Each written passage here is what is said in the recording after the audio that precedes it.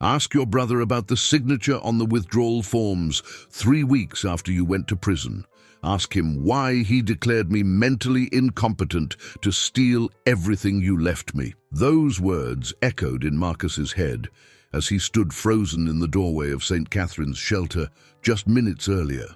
The smell hit him, that particular mix of industrial disinfectant and unwashed bodies that only exists in places where people have nowhere else to go. His tailored Italian suit was absurdly out of place among the rows of cots and donated clothing bins. "Can I help you?" asked a volunteer, eyeing his Rolex with obvious suspicion. Marcus couldn't speak, because there, hunched over a plastic cafeteria tray in the corner, sat his daughter, the same girl he'd left a trust fund worth $2.3 million when he went to prison 12 years ago. Sarah looked up, and their eyes met. She was 29 now, but looked decades older. Her clothes hung loose on a frame that had clearly missed too many meals. The spark that used to light up her eyes when she talked about medical school had been replaced by something Marcus recognized all too well from his years behind bars. The hollow stare of someone who'd given up. She dropped her spoon. It clattered against the tray, the sound echoing in the sudden silence as other shelter residents turned to watch. "Dad?" Her voice cracked on the single word. Marcus had spent 7 years in federal prison for securities fraud. He'd lost everything, his company, his reputation, his family. But he'd used those years wisely, studying every loophole, every regulation, every mistake he'd made. 3 years after his release, he'd built an empire twice the size of his original one, this time completely legitimate. He had penthouses in 3 cities, a net worth that made his previous wealth look like pocket change, and his daughter was eating donated soup in a homeless shelter. "Sarah, what?" He took a step forward, but she stood abruptly, the metal chair screeching against the floor. "Don't!" Her hand shot up, stopping him mid-stride. "You don't get to walk in here after 12 years and act concerned." "The trust fund," Marcus managed, his voice barely above a whisper. "The money I left you, the account your Uncle Richard was supposed to manage until—" Sarah's laugh was bitter, sharp enough to cut. "Uncle Richard? Is that what you still call him?" Something cold slithered down Marcus's spine, the way she said those words, the venom in her voice. It wasn't just anger at an absent father. This was something else entirely. "Sarah, what happened to the money?" She grabbed her jacket, threadbare, at least 2 sizes too big, and pushed past him toward the door. But not before he saw it, a flash of something in her eyes that made his blood run cold. Not despair, not defeat. Rage. That's when she said it. The words that would unravel everything Marcus thought he knew about the last 12 years. "If you really want to know what happened to your precious trust fund, ask your brother. Ask him about the signature on the withdrawal forms 3 weeks after you went to prison. Ask him about the paperwork declaring me mentally incompetent. Ask him about a lot of things." The door slammed behind her, leaving Marcus standing in a homeless shelter, his $3,000 suit suddenly feeling like a costume. Around him, the other residents had gone back to their meals, their conversations, their survival. But one older woman caught his eye, shaking her head slowly. "That girl's been here 6 months, she said quietly. "Never talks about her past, but I've seen that look before, the look of someone planning something. Whatever happened to her? She ain't the type to just let it go." Marcus pulled out his phone with shaking hands. 12 years ago, he'd trusted his younger brother Richard with everything, his business connections, his reputation, and most importantly, his daughter's future. Richard, who'd testified against him at trial. Richard, who'd promised with tears in his eyes that he'd take care of Sarah like she was his own. The first Google search result made his heart stop. Richard Chen named CEO of Chen Industries following brother's conviction. Company value triples under new leadership. The photo showed Richard at some charity gala, smiling broadly, wearing a watch Marcus recognized. His watch.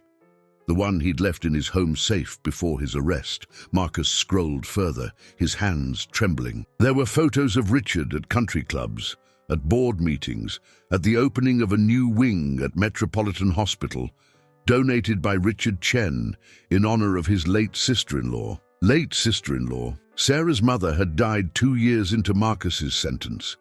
He'd found out 3 days after the funeral in a brief letter from Richard, explaining that he'd handled everything and that Sarah was being taken care of. Another search. Sarah Chen. The results were sparse. A mention in an article about her mother's funeral.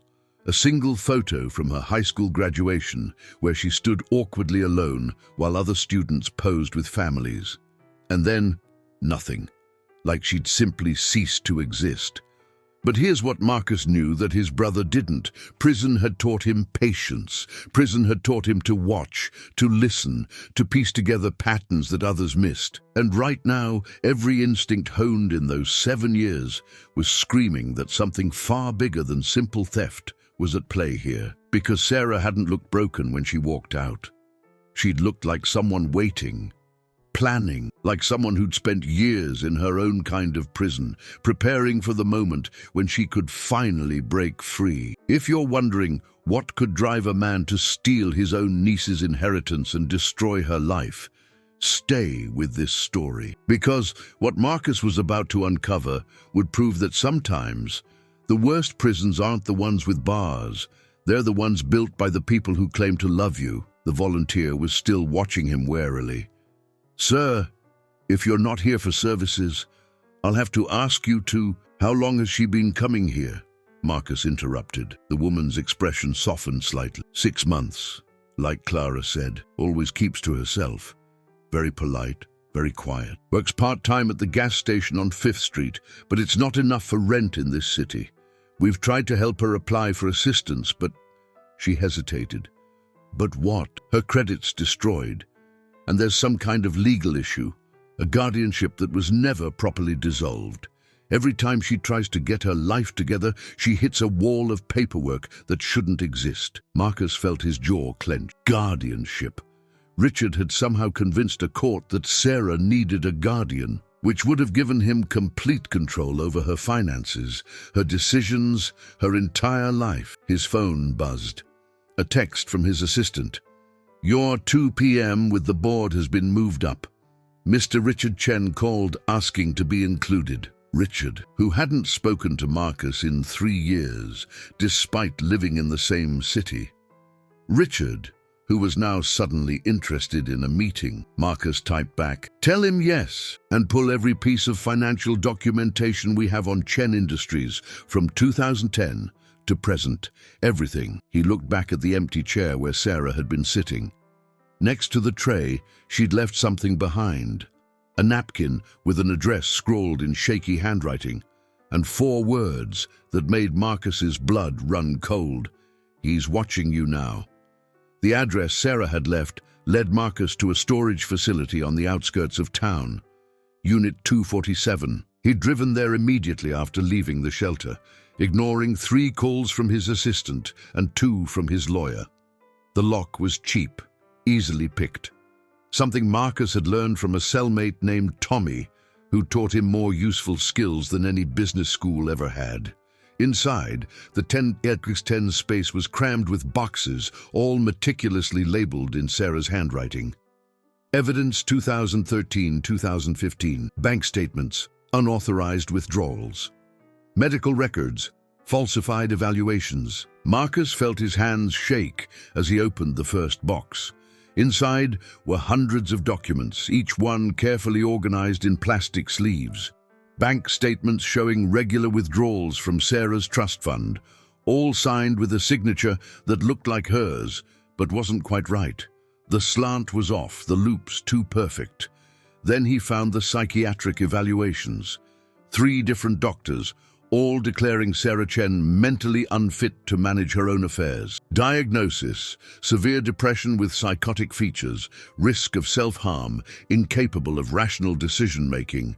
The dates made him sick. The first evaluation was dated March 15, 2013, exactly 1 month after her mother's funeral. Sarah would have been 17, still a minor, still grieving, the perfect target. His phone rang. "Richard." Marcus stared at the screen, then answered. "Brother." "Marcus, I heard you were back in town." Richard's voice was smooth, practiced. "We should celebrate your success. Dinner tonight, I'm buying." Where's Sarah? Silence, just for a beat too long. Sarah? I haven't seen her in years, Marcus. After your sister-in-law passed, she became difficult. Refused help, pushed everyone away. The doctors said, "The doctors you paid?" Marcus kept his voice level, but his free hand was gripping a bank statement so hard it crumpled. "The ones who declared a grieving teenager mentally incompetent so you could drain her trust fund." Another pause. When Richard spoke again, the warmth had vanished from his voice. "I don't know what she's told you, but Sarah had problems long before I stepped in. Someone had to protect her from herself. Someone had to manage that money responsibly while she got the help she needed." "Help!" Marcus pulled out another document. A bill from Riverside Psychiatric Facility. $8,000 per month for 18 months. You had her institutionalized. She was a danger to herself. The cutting, the suicide attempts. There were no suicide attempts. Marcus had found those records too, medical charts showing nothing but mild anxiety and grief counseling. You fabricated everything, the mental illness, the incompetency, all of it. You needed her declared unfit so you could access the trust fund without suspicion. Richard's laugh was cold. "You think you can prove that? Those doctors are respected professionals. Their evaluations are sealed medical records. And even if you could somehow access them, who's going to believe the word of an ex-con and his unstable daughter over mine? I'm a philanthropist, Marcus. I sit on 3 hospital boards. I've donated millions to mental health research with her money, with money that would have been wasted. She was 17, grieving alone. That fortune would have destroyed her. I saved her from herself and built something meaningful with it. You should be thanking me." Marcus closed his eyes. This was the brother who used to help him with homework, who'd been best man at his wedding, who'd held Sarah when she was born, and called her the most beautiful thing he'd ever seen. "Where did you put her, Richard? After you drained the account, where did she go?" "I released her from my guardianship on her 21st birthday, just as the law required. What she did after that isn't my responsibility. If she's made poor choices, she's homeless. She's been living in a shelter for 6 months. That's unfortunate, but hardly my fault. I gave her every opportunity to succeed. Some people are simply determined to fail." The line went dead. Marcus stood in the storage unit, surrounded by evidence of a systematic destruction of his daughter's life. Forged documents, fake medical records, orchestrated institutionalization. And then, when Sarah turned 21, and the guardianship legally had to end, Richard had simply dumped her with nothing. No money, no credit, no ability to even prove who she really was, because he'd buried her identity under mountains of fabricated mental health records. But there was something Richard didn't know, something Sarah had clearly discovered. Marcus pulled out his phone and called his lawyer, David Chen, no relation, despite the shared surname. "David, I need you to pull every financial record on Richard Chen and Chen Industries going back 12 years. Everything. I don't care how much it costs or how many forensic accountants you need to hire." "Marcus, that could take months. You have 3 days. Because I have a feeling that what my brother did to Sarah was just the beginning. Nobody steals $2.3 million from their niece's trust fund just to donate it to charity. He used that money for something, and I'm going to find out what." He photographed every document in the storage unit, uploading them to an encrypted cloud server. Then he found what he'd been looking for at the bottom of the last box, a burner phone with a single number programmed into it. He called it. Sarah answered on the first ring. "Took you long enough. You've been planning this for 6 years." Her voice was steady now, nothing like the broken woman in the shelter. "Ever since I got out of that hellhole, he put me in and realized what he'd done. Every job I could get, every dollar I could save, went into lawyers who told me I had no case, investigators who couldn't find enough evidence, appeals that went nowhere because Richard had covered his tracks too well. The shelter is where I needed to be for you to find me. I knew you were back. I knew you'd built your company back up, and I knew that if you saw your daughter living like this, you wouldn't stop until you found out why." She paused. "I needed your resources, Dad. Your connections, your ruthlessness, because Richard didn't just steal my money. He stole 12 years of my life, my mother's memory, and any chance I had at a normal future, and I want him to pay for every single second of it. Marcus looked at the boxes of evidence, at the careful documentation of years of fraud and abuse. His daughter hadn't been broken by what Richard did to her. She'd been forged by it, turned into something harder and sharper than anyone expected. You have a plan. I have 3 plans. The first one is already in motion. That meeting your assistant set up, Richard didn't ask to be included. I hacked his email and sent the request myself. He thinks he's coming to intimidate you, to make sure you stay quiet about what you found. He has no idea you already know everything. And the second plan? Involves those forensic accountants your lawyer is about to hire. Because I've spent 6 years learning everything about Richard's business. Every shell company, every offshore account, every dollar he's moved. And Dad, her voice took on an edge that made Marcus's blood run cold. He didn't just steal from me. He's been stealing from everyone. Clients, investors, charities. He's running the exact same securities fraud scheme that put you in prison, just better hidden. Marcus felt something dark and familiar unfurl in his chest. The same calculating coldness that had made him a fortune before his arrest, now sharpened by 7 years of prison and 3 years of clawing his way back to the top. Tell me what you need. I need you to do what you do best. I need you to destroy him financially, professionally, and personally.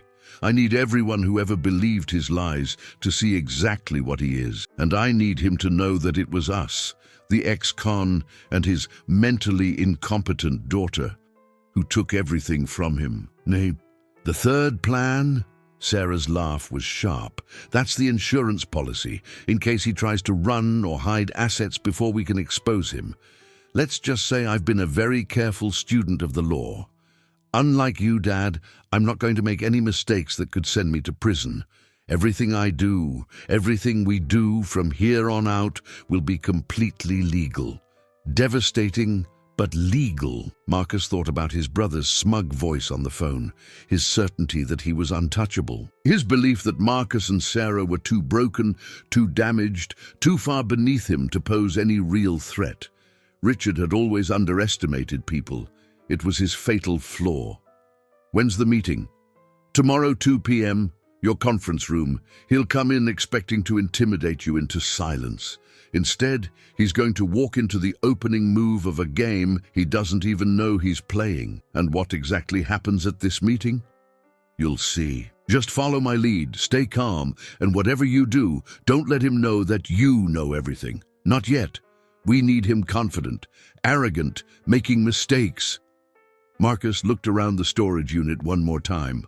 All this evidence, all this careful documentation. Sarah had been building a case for years, waiting for the right moment to strike. And now, with Marcus's resources and reputation behind her, that moment had finally come. Sarah, after this is over, after we've destroyed him, what then? What do you want? The line was quiet for a long moment. I want my life back. Not the money, not the trust fund. That's gone. But I want the ability to exist without his lies following me everywhere. I want to be able to apply for a real job without fake psychiatric records blocking me. I want to look in the mirror and see something other than what he made me into. Her voice cracked slightly. And I want him to feel, even for just one day, the kind of helplessness he forced me to live with for 6 years. You'll have all of that. I promise. Don't make promises yet, Dad. Richard is smarter than you think. He's had 12 years to perfect his systems, to insulate himself from consequences. This isn't going to be easy. Nothing worth doing ever is. Marcus ended the call and locked the storage unit behind him. As he drove back toward the city, his phone buzzed with an email from David. Subject line, Chen Industries, initial findings. He pulled over to read it. The email contained a single paragraph and an attachment. Marcus, I ran a preliminary check like you asked. I don't know what's going on, but you need to see this immediately. If what I'm seeing is real, your brother hasn't just committed fraud. He's built an empire on it. The attachment shows the tip of what could be the largest Ponzi scheme in state history. Marcus opened the attachment. Page after page of suspicious transactions, phantom accounts, money moving in circles designed to hide the fact that Richard's tripled company value was nothing but smoke and mirrors. And suddenly Marcus understood Richard hadn't just stolen Sarah's trust fund. He'd stolen it because he was desperate, because his own schemes were starting to collapse, because he needed capital to prop up an increasingly unstable house of cards. Which meant they didn't just have evidence of what Richard did to Sarah. They had evidence that could bring down his entire empire and send him to prison for decades. Marcus smiled for the first time since walking into that shelter. His brother thought he was untouchable, thought he'd gotten away with everything. He had no idea that the ex-con and the homeless girl he'd dismissed and destroyed were about to become his worst nightmare. The conference room on the 42nd floor had floor-to-ceiling windows overlooking the city.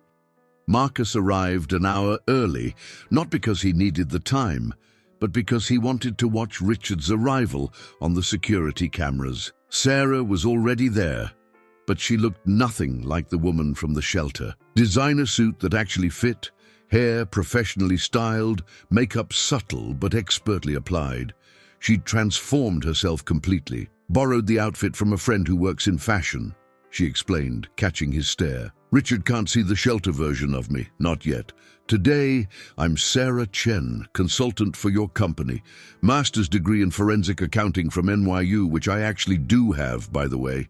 Finished it online while working night shifts at the gas station. Marcus felt a surge of pride mixed with guilt. His daughter had clawed her way through hell and still managed to educate herself, to build something from nothing. David's team found more, Marcus said, sliding a folder across the table. Richard's been running the scheme for at least 8 years. Your trust fund was just emergency capital when some of his early investors started asking questions. Sarah flipped through the documents, her expression unreadable. This is better than I thought. Look at this. He's been falsifying quarterly reports to the SEC. That's not just fraud, that's federal. The question is how we play this. We could go straight to the authorities. No, Sarah's voice was sharp. If we go to the SEC now, Richard will lawyer up immediately. He'll tie this in court for years, maybe even manage to hide enough assets to disappear. We need him exposed publicly first. We need his reputation destroyed so thoroughly that no amount of money can save him. The elevator chimed. Security footage showed Richard stepping out, straightening his tie. He was accompanied by someone Marcus didn't recognize. A woman in her 50s, severe expression, carrying a leather briefcase. That's Victoria Morrison, Sarah said quietly, watching the screen. Richard's head of legal. He brought his attack dog. Then he's more nervous than he's letting on. Good. Marcus's assistant opened the conference room door. Mr. Chen and Ms. Morrison to see you. Richard walked in like he owned the place, arms spread wide. Marcus, look at this setup. You've certainly rebuilt quickly. His eyes landed on Sarah, and something flickered in his expression. Surprise, quickly masked. And who's this? Sarah Chen, forensic accountant, Sarah said smoothly, extending her hand. No relation.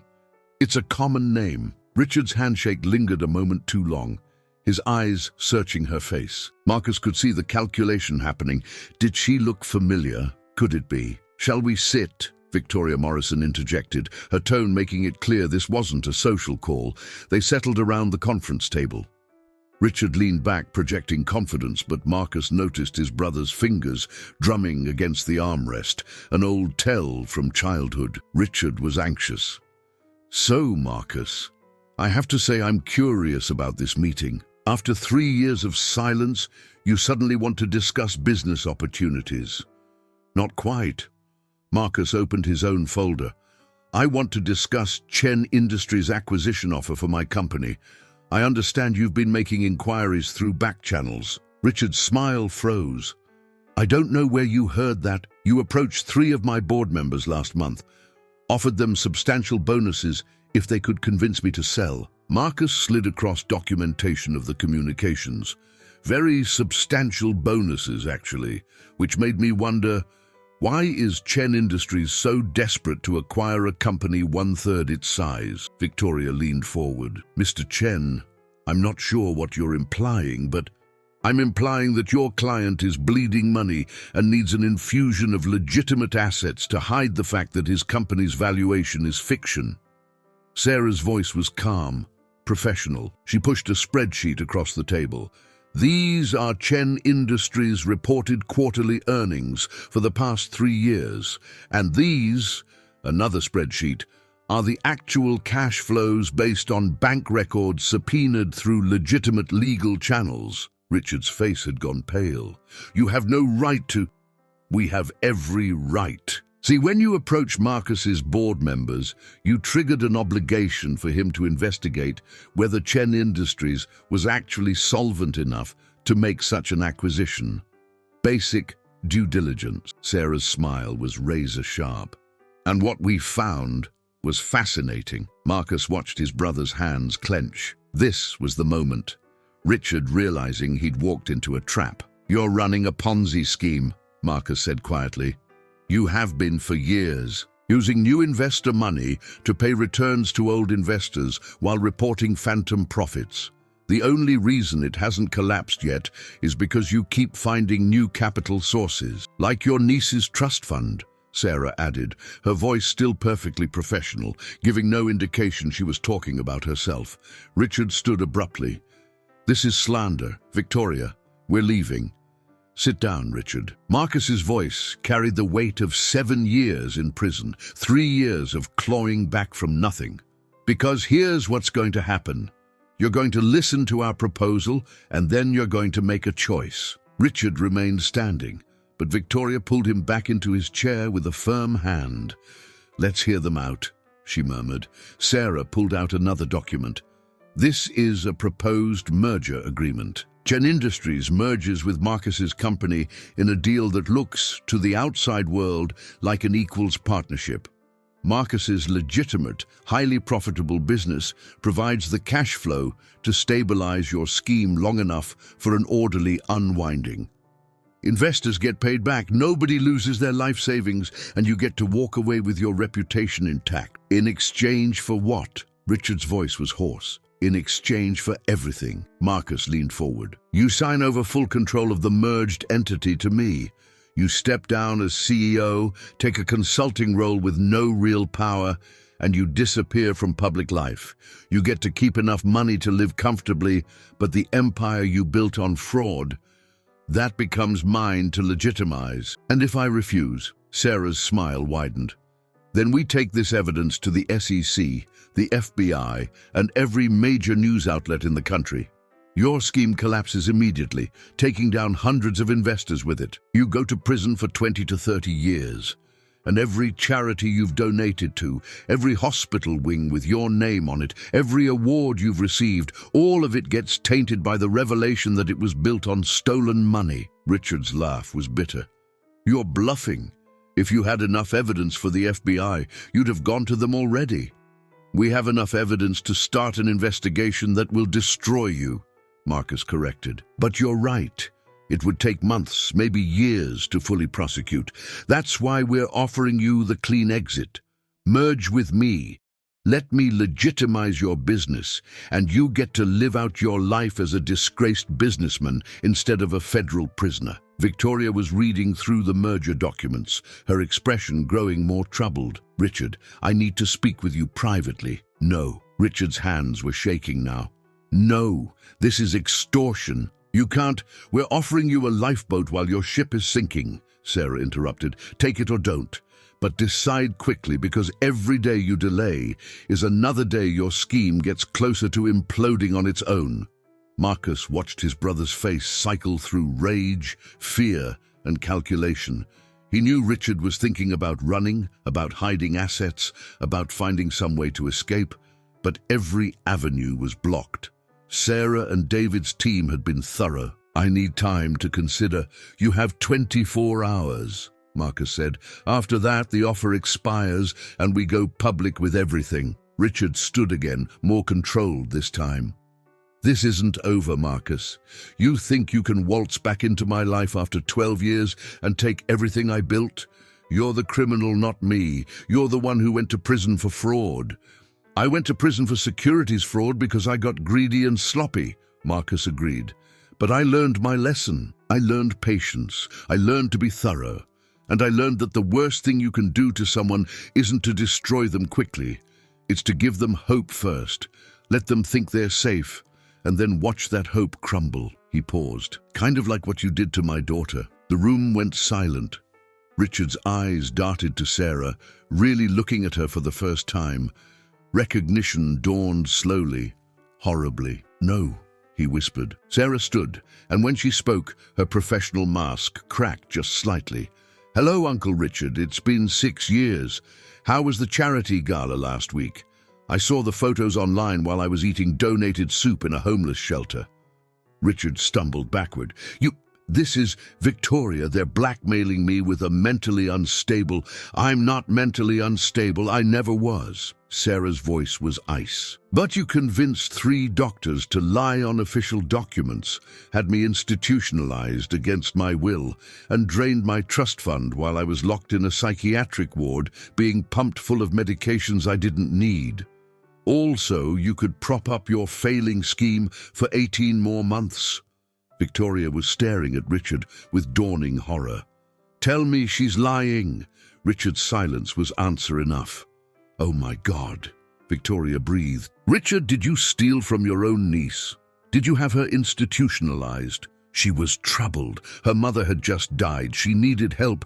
I needed my family. Sarah's composure finally broke. I was 17 years old. I'd just lost my mother. My father was in prison, and you were supposed to take care of me. Instead, you destroyed my life so you could steal money I didn't even care about. Marcus put a hand on Sarah's shoulder. She was shaking, years of controlled rage finally surfacing. Richard backed toward the door. Victoria, we're leaving, now. But Victoria was gathering up the documents, her face pale. No, Richard, I'm leaving. You're on your own. I'm not going down with you. She looked at Marcus. I'll be available if the authorities need my testimony. She walked out, leaving Richard alone. Marcus's brother stood in the doorway, looking smaller than he ever had. Gone was the confident philanthropist, the successful CEO. What remained was a man who'd built everything on lies and was finally facing the truth. 24 hours, Marcus repeated. Sign the merger, surrender control, and disappear, or we bury you. Richard's voice was hollow. You know what the worst part is? I actually convinced myself I was helping her, that she was better off in that facility, that she couldn't handle the money, that I was doing the right thing. He looked at Sarah. I'm sorry. No, you're not, Sarah said flatly. You're sorry you got caught. There's a difference. Richard left without another word. When the door closed, Sarah collapsed into a chair, the adrenaline draining out of her. He's not going to take the deal. I know. He's going to run, hide assets, try to disappear before we can move. Marcus smiled grimly. I'm counting on it. Because we have people watching every account, every property, every move he makes. The second he tries to hide money, it becomes additional evidence of consciousness of guilt. And Sarah, she looked up at him. You did perfectly. He thinks he's scrambling to save himself. But really he's just adding chains to his own ankles. Sarah's phone buzzed. She glanced at it and smiled for the first time all day. David's team just got access to Richard's personal email through his lawyer's discovery cooperation. You're going to want to see this. Chakadish. The email thread showed Richard communicating with an offshore banking specialist about moving $50 million to accounts in the Cayman Islands. The most recent message was dated yesterday. He's been planning to run for weeks, Marcus realized. Which means he knows the walls are closing in, which means he's desperate, and desperate people make mistakes. Sarah forwarded the emails to David. By morning, the FBI will have these. By noon, Richard will have federal agents at his door, asking about undeclared offshore accounts. And the merger offer was never real. It was bait. We needed him in a room, on camera. She pointed to the discreet recording device built into the conference table, admitting what he did, showing consciousness of guilt, proving he knows exactly what he's been doing and that it's illegal. Marcus looked at his daughter with newfound respect. She hadn't just survived what Richard did to her. She'd studied his every move, learned from her father's mistakes, and built a trap so thorough that Richard had no escape route. When did you become so good at this? I had an excellent teacher. Sarah's smile was sad. I read every document from your case, studied every mistake you made, learned every loophole the prosecutors used. Then I made sure our case against Richard was airtight. No mistakes, no loopholes, just inevitable consequences. Marcus's phone buzzed. A text from Richard. I need more time, please. He showed it to Sarah. Tell him yes, she said. 48 hours. Let him think he's bought himself room to maneuver, but really, we're just giving him more time to dig himself deeper. Marcus typed the response and hit send. Outside the windows, the sun was setting over the city. Tomorrow, federal agents would begin their investigation. Within a week, Richard's empire would start to crumble. Within a month, he'd be facing charges that would put him away for decades. And it had all started with a chance encounter in a homeless shelter. An encounter Sarah had carefully orchestrated, knowing her father would never stop until he found out what happened to her. What now? Marcus asked. Sarah gathered up her documents. Now we wait. We watch him scramble. We document every illegal thing he does while trying to save himself. And when the time is right, we make sure everyone knows exactly what kind of man Richard Chen really is. She paused at the door. Oh, and Dad, thank you for believing me, for helping me, for being here when I needed you, even if it took 12 years. Marcus nodded, not trusting himself to speak. After Sarah left, he stood alone in the conference room, looking out at the city lights. 7 years in prison had taught him patience. 3 years of rebuilding had taught him strategy. But his daughter, his brilliant, damaged, unbreakable daughter, she taught him something else entirely. She taught him that the best revenge isn't quick or flashy. It's meticulous, patient, and absolutely devastating. It's about giving someone enough rope to hang themselves and then watching them tie the knot. Richard thought he'd gotten away with destroying a teenage girl's life. He thought he was untouchable. He was about to learn just how wrong he'd been. The FBI arrived at Richard's penthouse at 6:47 a.m., exactly 36 hours after the meeting. Marcus watched the news coverage from his office, Sarah standing beside him. Federal agents raided the home of prominent businessman Richard Chen early this morning in connection with an ongoing investigation into securities fraud and wire fraud, the reporter announced, standing outside Richard's building while agents carried out boxes of documents. Sources say the investigation has been building for several weeks and involves allegations of a massive Ponzi scheme. Sarah's phone rang. She glanced at the screen and smiled. It's him, she put it on speaker. You destroyed me. Richard's voice was ragged, desperate. The FBI seized everything. My accounts are frozen, my assets. They're talking about charging me with fraud, embezzlement, witness tampering. Witness tampering? Marcus interrupted. What witness? Don't play stupid. You told them about Dr. Morrison, about the evaluations. We didn't tell them anything about Sarah yet, Sarah said calmly. That came from Victoria. Your own lawyer gave them everything once she realized you'd been lying to her for years. The falsified psychiatric records, the forged guardianship documents, all of it. She's cooperating fully to save herself from disbarment and possible prosecution. The sound of something breaking came through the phone. This can't be happening. I built everything. I worked for years. You stole for years, Marcus corrected. From investors, from charities, from your own niece, and now it's over. I'll fight this. I have the best lawyers money can... Richard stopped. They froze my accounts, all of them. How did they even know about the offshore? Turns out when you email your banker about moving $50 million to the Cayman Islands, it leaves a digital trail, Sarah said, especially when your head of legal forwards those emails to federal investigators. Silence on the other end. Then, what do you want? Money? I can still access some accounts they don't know about. I can pay you to make this stop. We don't want your money, Richard. We never did. Marcus leaned toward the phone. We want you to experience exactly what you put Sarah through.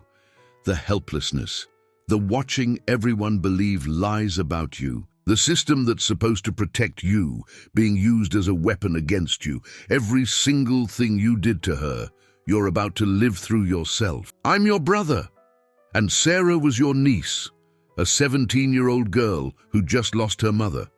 But that didn't stop you from having her locked in a psychiatric ward and pumping her full of medications she didn't need, did it? The phone went dead. Sarah exhaled slowly. He's going to run. Let him try. 3 hours later, Richard was arrested at a private airfield trying to board a chartered plane to Brazil. The news coverage was everywhere. Footage of him in handcuffs, his expensive suit rumpled, his face a mask of shock and rage. But Marcus and Sarah weren't done yet. The press conference was Sarah's idea. She'd contacted every major news outlet in the city, promising them a story that would expose the dark underbelly of charitable giving and corporate fraud. They arrived at the press conference room to find it packed. Reporters, cameras, live news feeds. Everyone wanted to know more about Richard Chen's spectacular fall. Sarah stepped up to the podium. She'd dressed carefully for this. Professional but not expensive. Her appearance designed to contrast sharply with the images of Richard's opulent lifestyle that had been flooding the news. My name is Sarah Chen, she began, her voice steady. And I'm here to tell you about the real Richard Chen. Not the philanthropist you've read about in magazines. Not the successful businessman who donated millions to hospitals and schools. The man who stole my entire inheritance and had me institutionalized to cover it up. The room erupted in questions, cameras flashing. Sarah raised her hand for silence. When I was 17 years old, my mother died. My father was in federal prison for securities fraud. The only family I had left was my uncle, Richard Chen, who promised to take care of me. Instead, 3 weeks after my mother's funeral, he began systematically destroying my life. She pulled out the first document, a blown-up copy of the falsified psychiatric evaluation. This is a psychiatric evaluation declaring me mentally incompetent.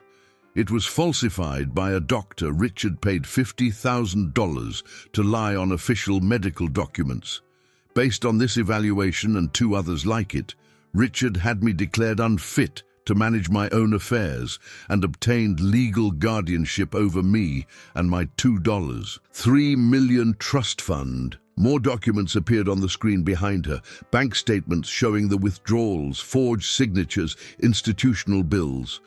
For 18 months, I was held in Riverside Psychiatric Facility against my will. I was given medications for conditions I didn't have. I was denied contact with anyone who might question my diagnosis. And while I was locked away, Richard drained every penny of my trust fund to prop up a Ponzi scheme that was already collapsing. A reporter shouted, "Why didn't you go to the authorities when you were released?" I tried.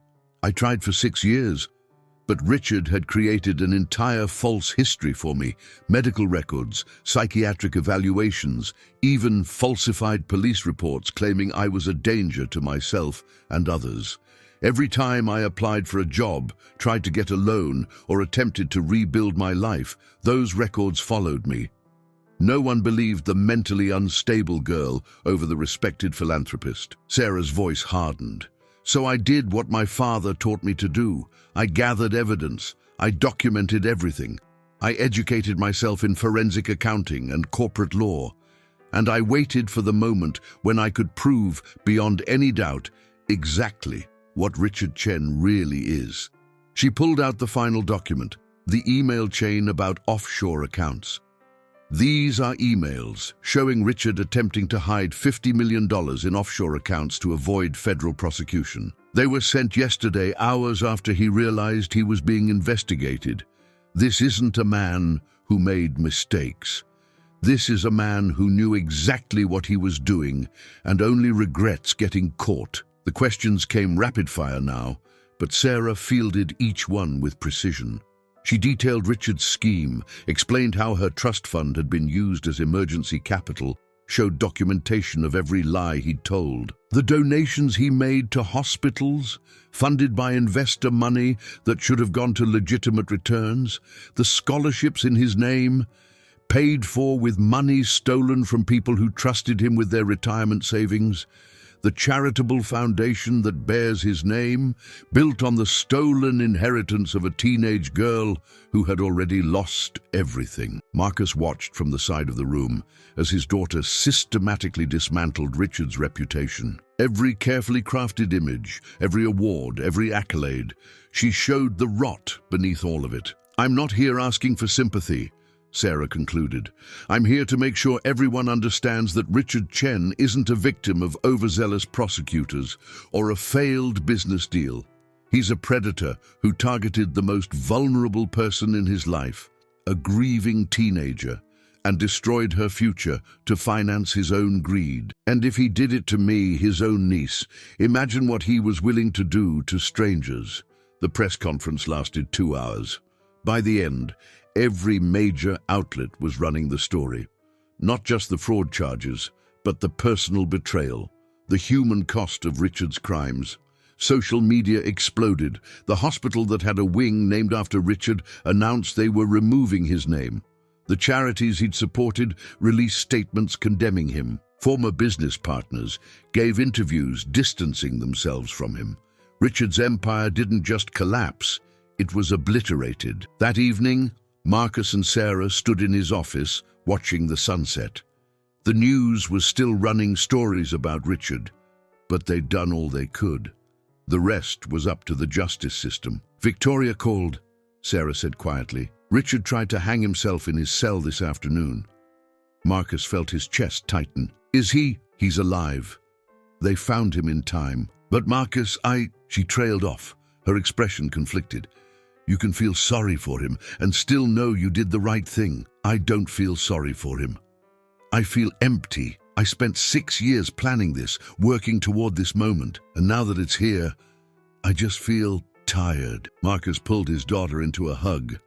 "That's normal. Revenge doesn't fix what was broken. It just makes sure the person who broke it faces consequences." "Do you think he'll go to prison?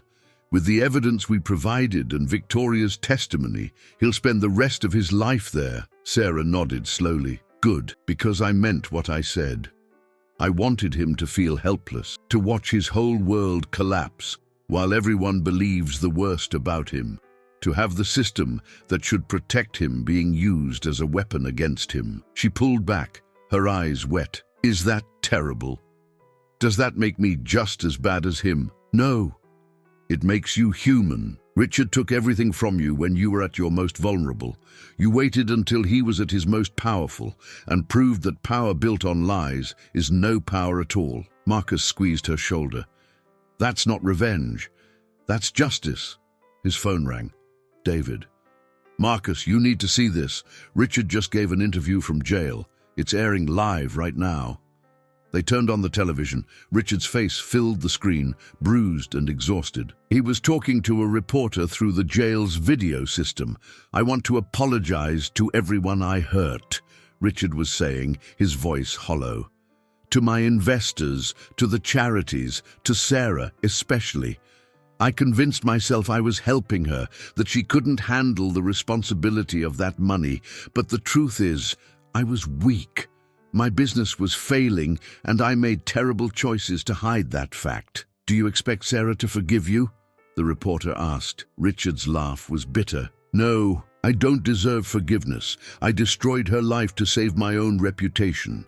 I watched her struggle for 6 years and did nothing. I convinced myself she was the problem, that she was unstable, that I had no choice. But I did have a choice. I just made the wrong one every single time." He looked directly into the camera. "Sarah, if you're watching this, I know you probably are. I want you to know that you won. You were smarter than me, more patient than me, and infinitely stronger than me. You survived everything I did to you and still managed to destroy me completely. I'm proud of you for that, even though I have no right to be." The interview ended. Sarah stared at the blank screen. He thinks this helps. He thinks apologizing now somehow makes it better. Does it?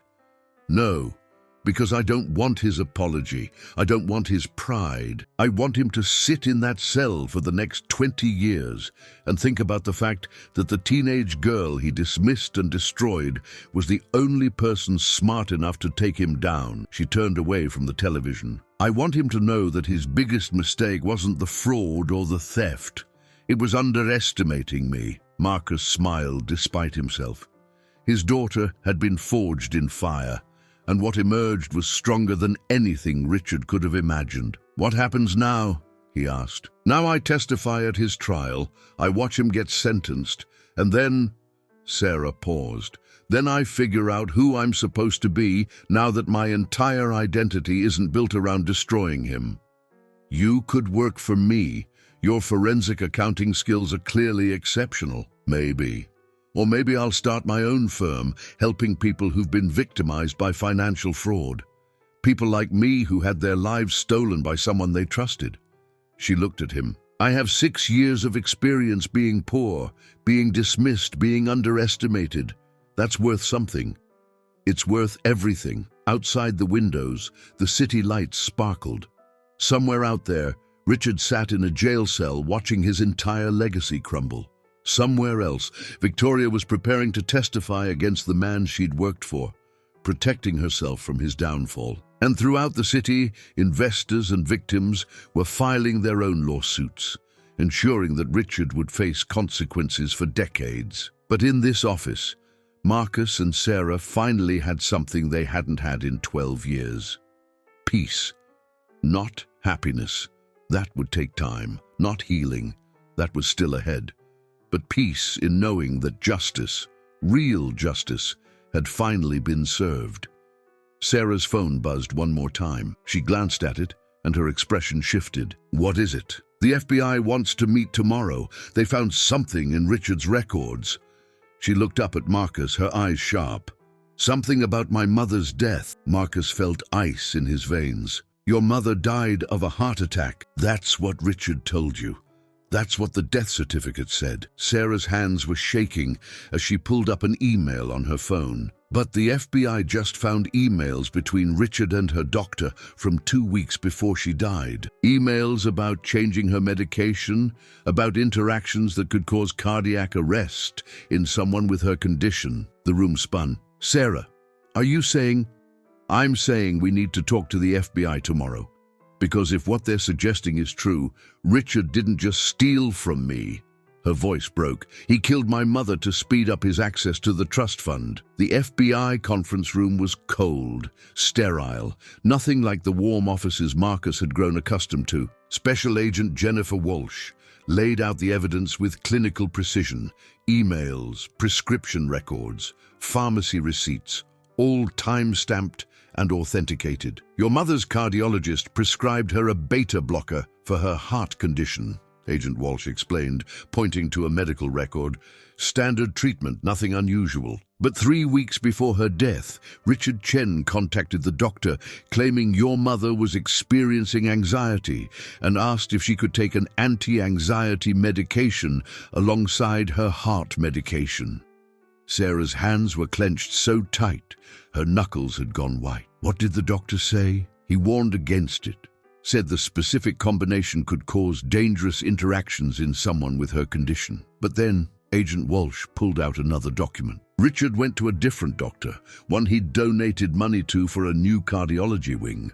This doctor prescribed the anti-anxiety medication without consulting your mother's primary cardiologist. Marcus felt sick. He knew what would happen. We can't prove intent, not yet.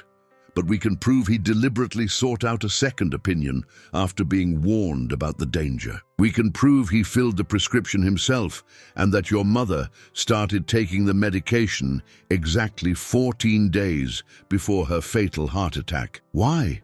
Sarah's voice was barely a whisper.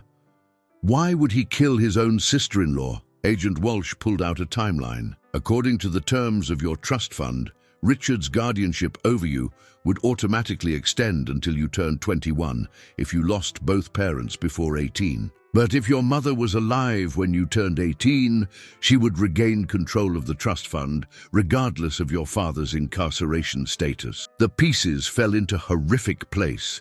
Sarah had been 17 when her mother died, just months away from 18. Richard needed access to that money immediately before his scheme collapsed. So he'd killed her mother to ensure uninterrupted control. "Can you prosecute?" Marcus asked. "The statute of limitations on most charges has passed. But murder has no statute of limitations. If we can prove intent, if we can show he deliberately caused her death, we can charge him." Agent Walsh looked at Sarah. "But it's going to be difficult. The doctor he used has since died. The pharmacy records are circumstantial. We need something concrete that shows he knew what he was doing." Sarah stood abruptly and walked to the window.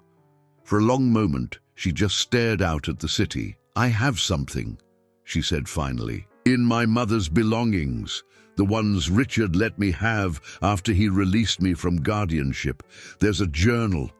She wrote in it every day." "Did she mention the medication?" "She mentioned feeling strange after starting it. Dizzy.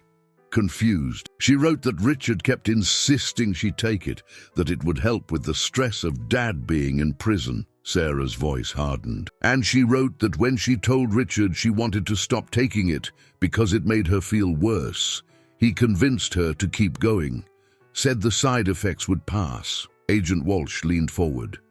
"That journal could be the evidence we need. If she documented his insistence, his knowledge of the side effects, it establishes a pattern of behavior. I'll bring it tomorrow." The meeting lasted another hour, going over details, building the case. By the end, it was clear Richard hadn't just stolen from Sarah, he'd orchestrated her mother's death as part of his scheme. When they finally left the FBI building, Sarah collapsed against Marcus's car, her composure finally breaking completely. "He killed her. He killed my mother for money." Marcus held his daughter while she sobbed, all the grief she'd suppressed for 6 years finally pouring out, not just grief for what Richard had stolen, but for what he'd taken permanently. Her mother, her childhood, her ability to ever trust family again. "We're going to make sure he never sees daylight again," Marcus promised.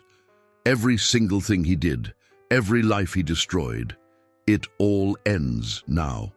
The trial began 4 months later. The fraud charges came first, easy to prove, impossible to defend.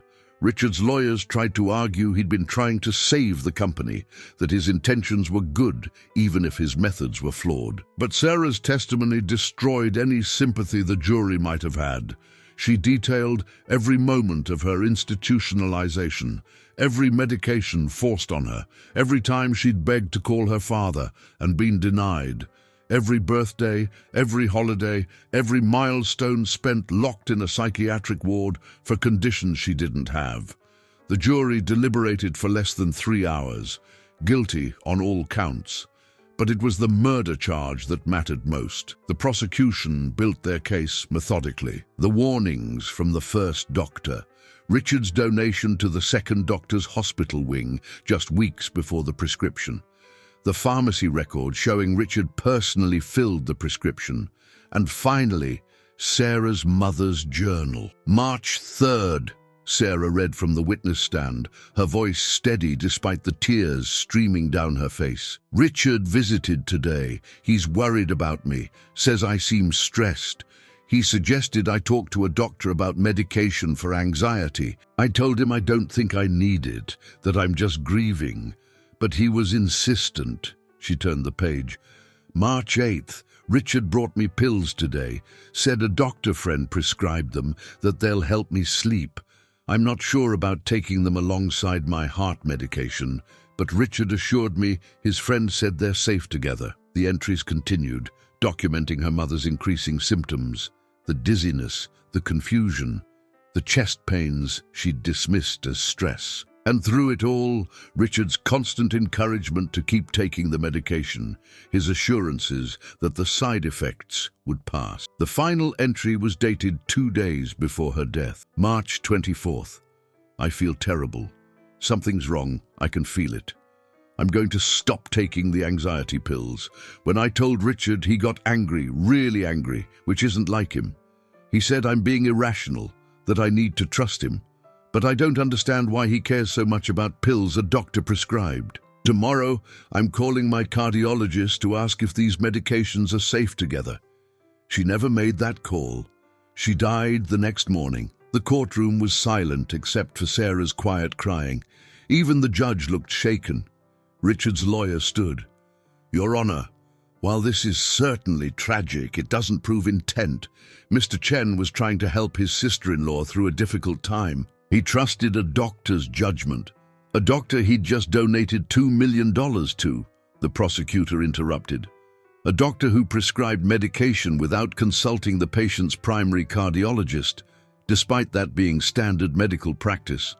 A doctor who has since had his license revoked for similar incidents of prescribing dangerous medication combinations to wealthy donors' family members. The defense had no response to that. The jury deliberated for 2 days on the murder charge. When they returned, the forewoman looked directly at Richard as she spoke. On the charge of second-degree murder, we find the defendant guilty. Richard's face crumbled. He'd maintained his composure through the fraud trial, even through most of the murder trial. But hearing that verdict, knowing he'd be convicted of killing his own sister-in-law, finally broke him. Sentencing came a month later. Judge Morrison, no relation to Victoria, read through the charges with grim precision. Mr. Chen, in my 30 years on the bench, I have never seen such a calculated, cold-blooded abuse of family trust. You murdered your sister-in-law to access your niece's inheritance. You institutionalized that niece to maintain control over funds you were actively stealing. You defrauded hundreds of investors of their life savings. And when caught, you attempted to flee the country with millions in hidden assets. She paused, looking at Richard over her reading glasses. The prosecution has recommended 40 years to life. The defense has argued for leniency based on your charitable works. But those charitable works were funded by stolen money, built on a foundation of fraud and murder. There is no leniency to be found here. The judge's gavel struck with finality. On the murder charge, life in prison without possibility of parole. On the fraud charges, 40 years to run consecutively. Mr. Chen, you will die in prison. That is my sentence. Richard was led away in handcuffs. He didn't look at Sarah or Marcus. He stared straight ahead, a broken man facing the consequences of every terrible choice he'd ever made. Outside the courthouse, reporters swarmed. But Sarah had prepared a statement, brief and direct. Today, justice was served not just for me, but for my mother, for every investor Richard defrauded, and for every person who trusted him and was betrayed. Richard Chen will spend the rest of his life in prison, and that is exactly what he deserves. To anyone who has suffered similar betrayal from someone they trusted, document everything, never give up, and know that the truth will eventually prevail. The cameras clicked. The reporters shouted questions, but Sarah simply walked away. She'd said everything she needed to say. That evening, Marcus and Sarah sat in his office, the same office where they'd planned Richard's downfall nearly a year ago. "How do you feel?" Marcus asked. Sarah was quiet for a long moment.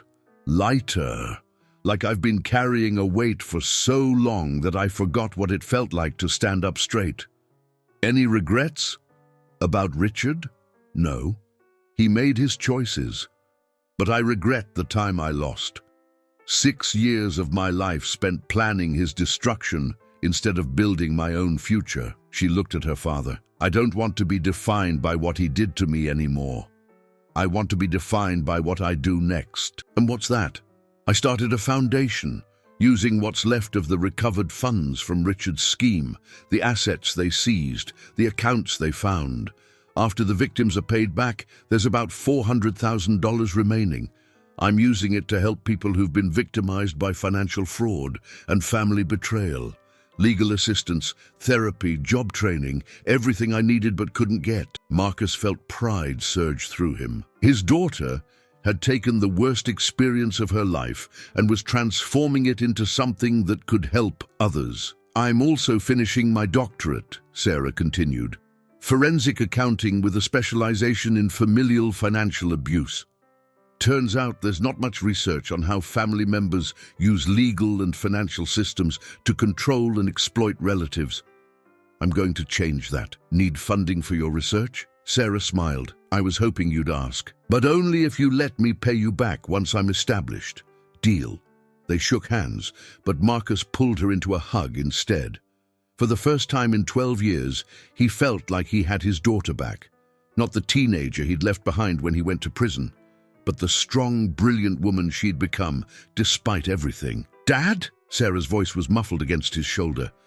"Thank you for believing me, for helping me, for being here, always. From now on, always." The sun set over the city, casting long shadows across the office. Somewhere, Richard was being processed into federal prison, beginning a life sentence he'd never escape. Somewhere else, investors were receiving settlements, beginning the process of rebuilding their lives.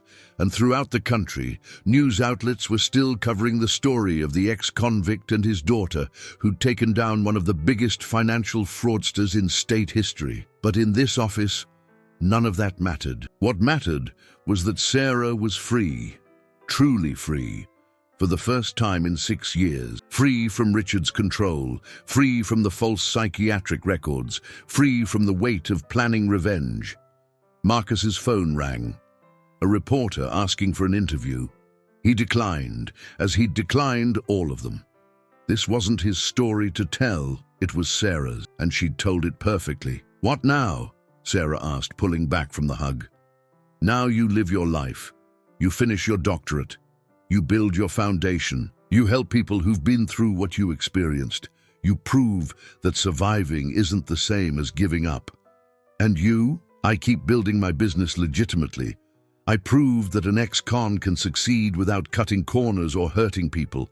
And I make damn sure my daughter has everything she needs to thrive." Sarah's smile was genuine now, reaching her eyes for the first time since Marcus had found her in that shelter. "Deal." They left the office together, father and daughter, both changed by what they'd been through, but not broken by it. Richard had tried to destroy them both, Marcus through testimony, Sarah through systematic abuse. But he'd underestimated the resilience that comes from hitting rock bottom and clawing your way back up. 3 years later, Sarah's foundation had helped over 200 people escape financially abusive situations. Her research had been published in major journals, changing how courts handled cases of familial financial exploitation. She'd become a sought-after expert witness in fraud cases, using her experience to help prosecutors understand the psychological tactics predators used. Marcus's company had quadrupled in value, all through legitimate business practices. He donated millions to prison reform programs, using his experience to advocate for better rehabilitation services. And Richard? He sat in federal prison, where he would remain for the rest of his life. His name had been removed from every building, every scholarship, every award. The empire he'd built on lies had been completely erased. If you've been betrayed by someone you trusted, if you've watched someone steal your life and get away with it, if you've ever felt powerless against someone more powerful, subscribe to hear more stories about people who refuse to stay victims. Because the best revenge isn't hurting those who hurt you. It's becoming so successful that their betrayal becomes irrelevant. Sarah learned that lesson the hard way. She spent 6 years planning Richard's destruction when she could have spent those years building her own future. But in the end, she did both. She brought down the man who'd stolen everything from her and built a life dedicated to making sure it didn't happen to others. That's not revenge. That's transformation. That's taking the worst thing that ever happened to you and using it as fuel to become someone extraordinary. Richard died in prison 7 years into his sentence, a heart attack at age 58. Sarah received notification of his death but felt nothing. No satisfaction, no grief, no relief, just a distant acknowledgement that a chapter of her life was finally, permanently closed. At his funeral, only 3 people attended: a prison chaplain, a court-appointed representative, and Sarah herself. She stood at the grave for exactly 1 minute, then turned and walked away without a word, because Richard Chen didn't deserve her forgiveness, her anger, or her attention. He'd already taken enough of her life. She wasn't going to give him a single moment more.